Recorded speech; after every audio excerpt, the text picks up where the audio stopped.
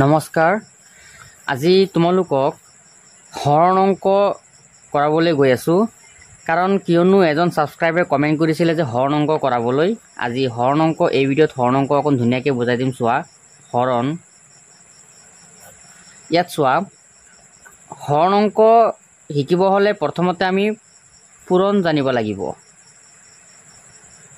পূৰণ যিটো পূৰণ নেওতা যিবোৰ সেইটো আমি জানিব লাগিব। যদি পূৰণৰ নেওতা জানো তেতিয়াহ'লে আমাৰ হৰণ অংক অতি সহজ হৈ পৰিব। তোমালোকে চাগে পূৰণ নেওতাবোৰ মুখস্থ আছে। ডাইৰেক্টলি তোমালোক হৰণ কৰাম আৰু হৰণ তোমালোক আজি একদম ধুনীয়াকৈ সহজ নিয়মতে কৰাই দিম। অকণ মনোযোগেৰে চাবা আৰু ভিডিঅ'টোৰ যিটো তোমালোকে মোবাইলৰ যিটো ভিডিঅ'ৰ কোৱালিটি আছে সেইটো বঢ়াই ল'বা। ইয়াত চোৱা, প্ৰথমতে এইটো হ'ল হৰণ চিহ্ন। এনে হৰণ চিহ্ন হ'ল এইটো, কিন্তু কৰোঁতে আমি এনেকৈ চিন দিওঁ। হ'ল। এতিয়া চোৱা, মই যদি ইয়াত 10 লিখোঁ, একদম সৰুৰ পৰা কৰাই আছোঁ, ইয়াত 2 লিখোঁ, তাৰমানে আমি এই হৰণ অংকটো কেনেকৈ কৰিম? ভিতৰত কিমান আছে 10 আৰু বাহিৰত কিমান আছে 2, তাৰমানে 10ত 2 কেইবাৰ যাব, বুজি পাইছা? তাৰমানে ইয়াত যিটো ভিতৰত 10 আছে, ধৰি লোৱা 10 টকা আছে আৰু 10 টকাত মানে 10 টকাৰে তুমি 2 টকাকৈ ভাগ কৰিলে কেইটা ভাগ হ'ব, বুজি পাইছা? যেতিয়া আমি এনেধৰণৰ অংক পাওঁ, আমি যিটো বাহিৰত যিটো সংখ্যা থাকিব সেই সংখ্যাটোৰ যিটো নেওতা পূৰণৰ নেওতা হ'ব সেইটো মুখস্থ কৰিম। ধৰি লওক 2ৰ নেওতা মুখস্থ কৰিম যে 2 1 গুণ কিমান হ'ব? 2 হ'ব। এনেকুৱা তুমি গণি গণি যাবা যিমান সময়লৈকে 10 নাপাবা। 10 যেতিয়া পাই যাবা তাতে ষ্টপ হ'ব। ধৰি লোৱা মই গণি গৈ আছোঁ যে ধৰি লোৱা 2 5 গুণ 10 হৈ গ'ল। হ'ল। তাৰপিছত তুমি 2 6 গুণ আৰু গণিব নালাগে। 2 6 গুণ আৰু গণিব নালাগে, কাৰণ ভিতৰত যিটো সংখ্যা থাকিব সেই সংখ্যাটোলৈকেহে গণিবা। যদি সেই সংখ্যাটো পাৰ হৈ যায় তেতিয়া আৰু তাৰ ওপৰত গণিব নালাগে। তে 2 1 গুণ 2, 2 2 গুণ 4, 2 3 গুণ 6, 2 4 গুণ 8, 2 5 গুণ 10, বুজি পাইছা? 2 5 গুণ 10, তেতিয়া আমি 2 5 গুণ 10 পাই গ'লোঁ। তেতিয়া তোমাৰ এই 2টোতো বাহিৰত আছেই, 5টো ওপৰত বহাই দিয়া। 2 5 গুণ কিমান হৈছে? 10 হ'ল। এতিয়া চোৱা, 10 10 মিলি গ'ল, মানে 10ৰ পৰা 10। ইয়াত চাবা, আকৌ যিটো সংখ্যা তলত বহাবা সেইটো আকৌ ওপৰৰ সংখ্যাটোৰ পৰা তলৰ সংখ্যাটো বিয়োগ কৰিব লাগিব। হ'ল। 0ৰ পৰা 0 গ'লে 0, 1ৰ পৰা 1 গ'লেও 0, তাৰমানে আমি এটা 0 বহাব পাৰোঁ। 10ৰ পৰা 10 গ'লে 0, বুজি পাইছা? তেতিয়া আমি ইয়াত বাঘফল কিমান পালোঁ? 5 আৰু বাঘশেষ কিমান পালোঁ? 0। বাঘফল বা তুমি উত্তৰ লিখিব পাৰা। উত্তৰ কিমান আছে? 5 আছে, বা বাঘফল বুলি ক'ব পাৰা বা উত্তৰো ক'ব পাৰা। আৰু এইটো তোমাৰ এইটো কি কয়? বাঘশেষ বা বাকীও ক'ব পাৰা। হ'ল। বাঘশেষ কিমান আছে? 0 বা বাকী 0। তেতিয়াহ'লে এইখিনি বুজি পাইছা? এতিয়া চোৱা, এতিয়া ইয়াত ধৰি লোৱা যে ভিতৰত আছে ধৰি লোৱা 15 আৰু বাহিৰত ধৰি লোৱা 2, এই আগত 2টোৱে দিলোঁ। এতিয়া তুমি যদি 2ৰ যিটো পূৰণ নেওতা এইটো যদি মুখস্থ কৰা তেতিয়াহ'লে তুমি 15লৈকে যাব লাগিব। তাৰমানে আমি যদি এতিয়া 2ৰ নেওতা মুখস্থ কৰোঁ যে 2 1 গুণ 2, 2 2 গুণ 4, এনেকৈ যদি লিখি যাওঁ, আমি 2 5 গুণ কিমান পাম? 10, আকৌ 2 মাজত লিখা নাই, 2 6 গুণ 12, 2 7 গুণ 14, 2 8 গুণ 16। ইয়াত চোৱা, মই নেওতা থুলমূলকৈ লিখিলোঁ। ওপৰত লিখা নাই কাৰণ ইমান নালাগে, আমি মুঠতে 2টা ঘৰহে ইয়াত বাছি ল'ব লাগিব। ইয়াত চোৱা, ইয়াত 15 আছে, মোক এতিয়া 15 লাগে। এতিয়া তুমি যদি 2ৰ নেওতা মুখস্থ কৰা তুমি 15 নাপাবা। তুমি যেনেকৈ নপঢ়া কিয় তুমি 15টো নাপাবা, কাৰণ 2ৰ যিটো শাৰী আছে, পূৰণ নেওতাত 2ৰ যিটো শাৰী আছে তাত 15 নায়েই। 2 7 গুণ 14 আছে, 2 8 গুণ 16, তাৰমানে 15টো মাজতে ৰৈ গ'ল। হ'ল। 14ৰ পৰা 16লৈ আহি গ'ল। এতিয়া তুমি 15হে বহাব লাগে। এতিয়া তুমি 15 কেনেকৈ বহাব নোৱাৰা। এইটো কাৰণে কেতিয়াও আৰু এটা কথা ইয়াত মনত ৰাখিবা যে হৰণ অংকত ইয়াত যিটো সংখ্যা থাকিব এই সংখ্যাতকৈ তুমি তলৰ যিটো সংখ্যা বহাবা সৰু বহাব লাগিব, ইয়াতকৈ ডাঙৰ বহাব নোৱাৰিবা। হয় সমান একে হ'লে বহাব পাৰিবা, নহ'লে সৰু বহাব লাগিব, তুমি ডাঙৰ বহাব নোৱাৰিবা। ঠিক তেনেকৈ ইয়াত 2 8 গুণ 16 বহাব নোৱাৰোঁ, কাৰণ 2 8 গুণ 16 যদি বহাই দিওঁ, কাৰণ 15ৰ পৰা 16টো বিয়োগ নহ'ব, বুজি পাইছা? সেইটো কাৰণে 2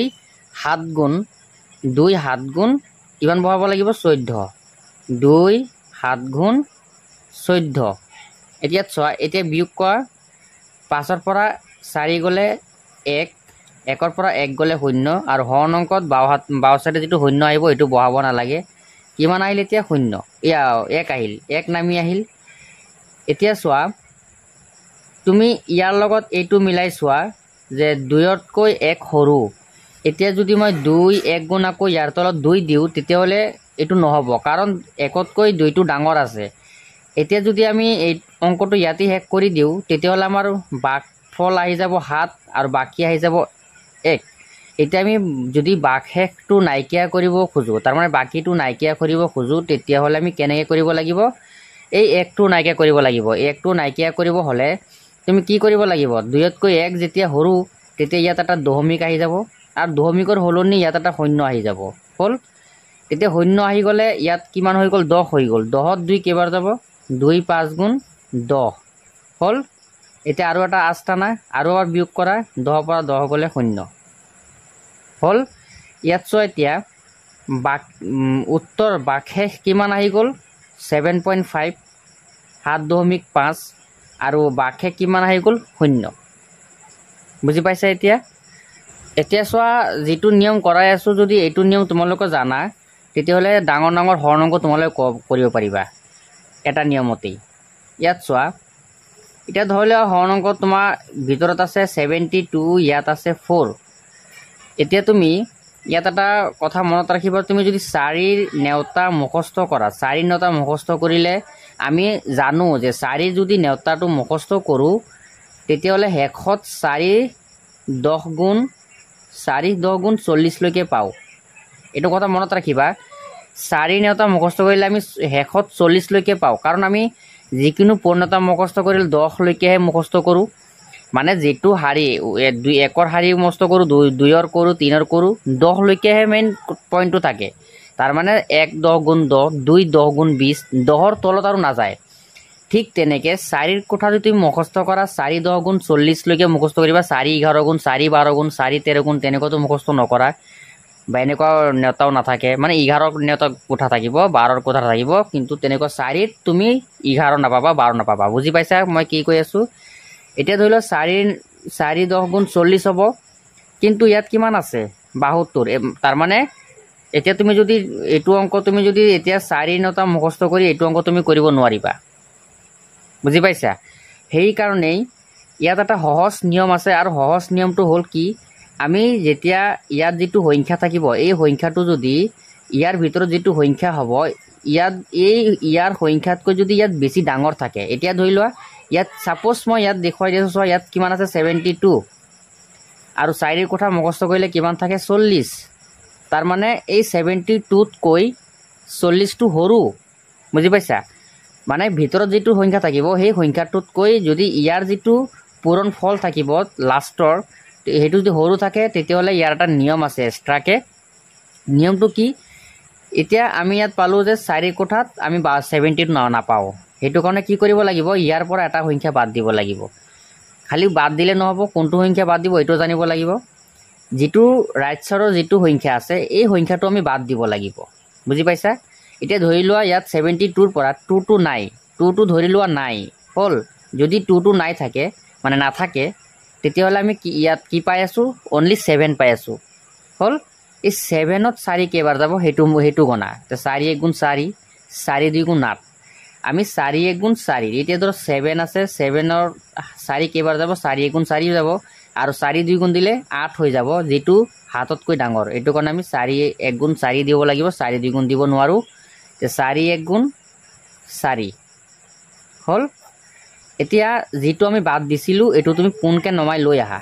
2টো বাদ দিছিলোঁ, 2টো নমাই লৈ আহিলোঁ, আৰু এই 4টো তুমি বিয়োগ কৰি দিয়া। 7ৰ পৰা 4 গ'লে কিমান থাকিব? 7ৰ পৰা 4 গ'লে থাকিব তোমাৰ 3। এতিয়া কিমান হৈছে? 32। এতিয়া তুমি যদি 4টা মুখস্থ কৰা তেতিয়াহ'লে তুমি 32 পাই যাবা। আগত 72 পোৱা নাছিলোঁ, এইটো কাৰণে 2 এটা বাদ দিছিলোঁ, কিন্তু এতিয়া এই 72ৰ পৰা 32 আহি গ'ল। এতিয়া আমি 4ৰ যিটো নেওতা এইটো মুখস্থ কৰিলে 32 পাই যাম অলৰেডি।